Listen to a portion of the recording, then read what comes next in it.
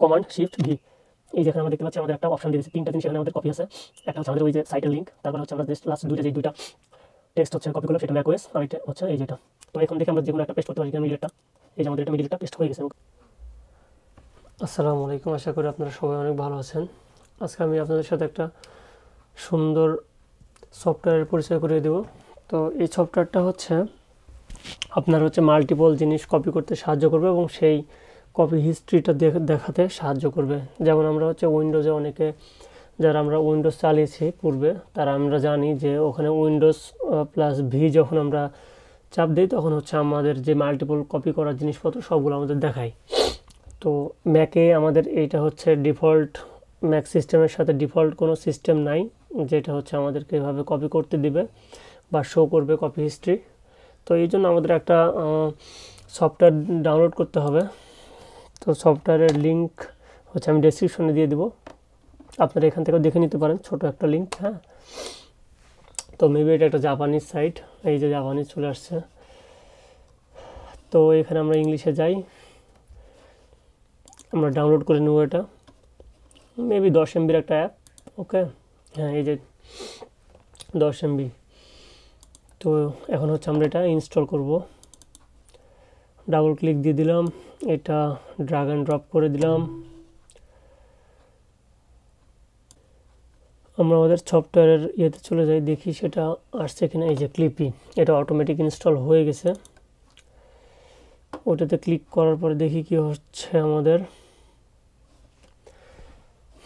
Okay, download from internet, okay, open দিলাম।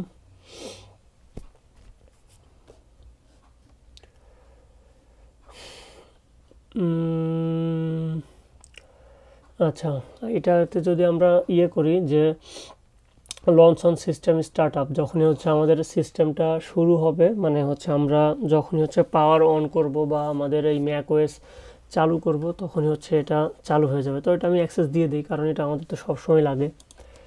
ঠিক আছে, তারপরে ওপেন সিস্টেম সিটিং, দেখি কি চাচ্ছে। তাকে একটা অ্যাক্সেস দিতে হবে, মেবি হচ্ছে রিড করার জন্য। এখানে আপনাদের অ্যাপলের যে স্ক্রিন লকের যে পাসওয়ার্ড সেটা দিয়ে দিবেন। ওকে, দেন মডিফাইড সেটিং চলে গেছে, হয়ে গেছে আমাদের এটা। তো আমি এটা ক্লোজ করে দিচ্ছি।